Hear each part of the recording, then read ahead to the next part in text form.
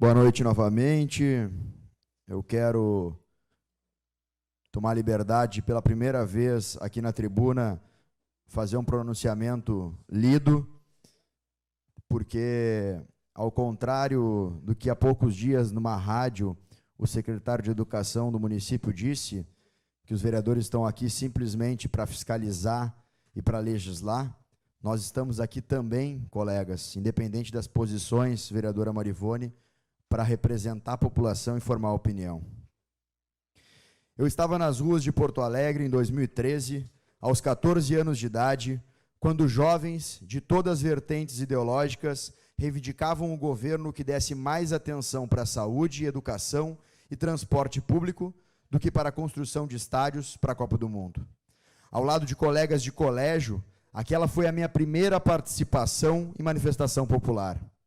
Fui embora quando alguns participantes depredaram as vidraças da sede da RBS na Avenida Ipiranga.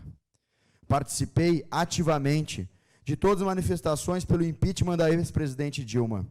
Faltava aulas no colégio algumas vezes para poder divulgar os protestos que ocorriam nos finais de semana.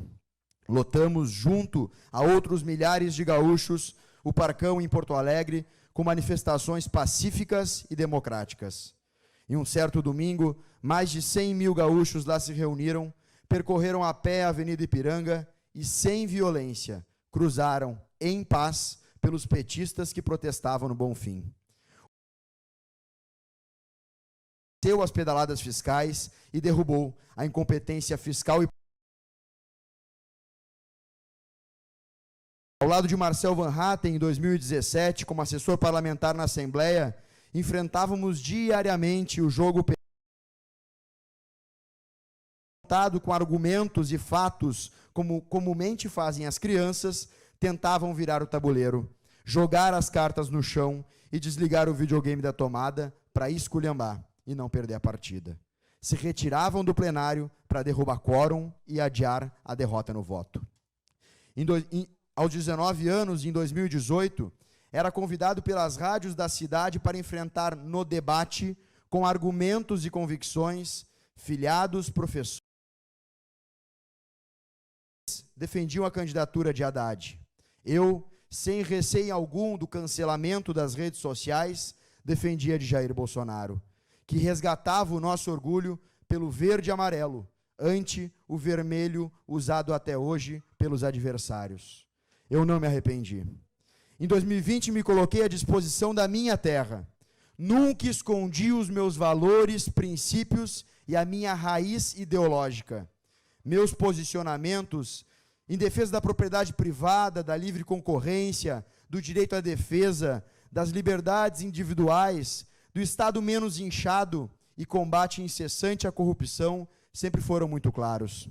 Foi jogando limpo que recebi 1.307 votos e fui eleito o mais jovem vereador da história de Camaquã. Direto, direito e de direita. Não foi diferente em 2022. Segui do mesmo lado. Elegemos um deputado estadual de verdade e de direita para defender a Costa Doce e o Rio Grande. Me posicionei e trabalhei muito pela reeleição do presidente Bolsonaro. Meus valores, convicções e ideologia, somados às muitas lutas de um governo que passou metade do tempo tratando de pandemia, somado ao enfrentamento à criminalidade e aos desmandos de ministros militantes do STF, somado ao MP da Liberdade Econômica, à queda do desemprego, à inflação menor que dos Estados Unidos pela primeira vez na história, ao crescimento do PIB, queda do endividamento público, criação do PIX, do auxílio emergencial aos que necessitavam durante a pandemia, os investimentos em infraestrutura comandados por Tarcísio e os acordos comerciais coordenados por Tereza Cristina para o agronegócio. Não poderia eu estar em outro lado. Enquanto muitos políticos preferiram o silêncio, inclusive prefeitos e vice-prefeitos, eu optei, como sempre fiz, declarar de que lado estou. Enfrentamos um sistema muito forte. Perdemos. Eu e outros 58.206.353 brasileiros votamos 22 nas urnas. Não desejávamos o retorno do ex-presidente, que, após condenado em 3 instâncias, especialmente nas 2 primeiras, que julgam o mérito, foi preso por corrupção. Solto por uma decisão no STF, pôde concorrer. Lamentavelmente, e sem minha parcela de responsabilidade, Lula foi eleito, em um processo eleitoral acirrado, por 60.345.999 votos. Agora, resta respeitar o resultado e a democracia, sem violência, sem violar direitos constitucionais, sem utilizar das estratégias que tanto condenamos.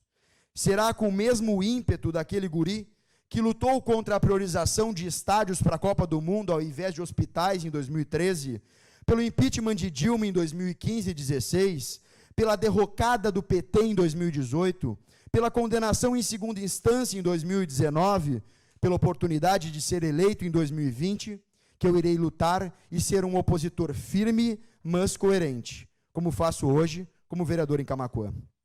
Seguirei defendendo as liberdades individuais e econômicas, o direito à propriedade, à vida, combatendo a corrupção, os privilégios dos políticos e o ativismo judicial. Lamento, mas respeito a decisão das urnas. Lamento, mas respeito a decisão de metade dos eleitores brasileiros. Seguirei lutando incansavelmente por Camaquã, pelo Rio Grande e pelo Brasil. Ao presidente eleito, ao governador eleito, aos senadores e deputados federais e estaduais eleitos ainda no primeiro turno, fica o meu desejo: colocar o Brasil acima dos interesses pessoais e partidários, respeitar a bandeira verde e amarela, repito, verde e amarela, e não vermelha, na busca por ordem e progresso. O preço da liberdade é a eterna vigilância. Muito obrigado, boa noite a todos e parabéns aos eleitos.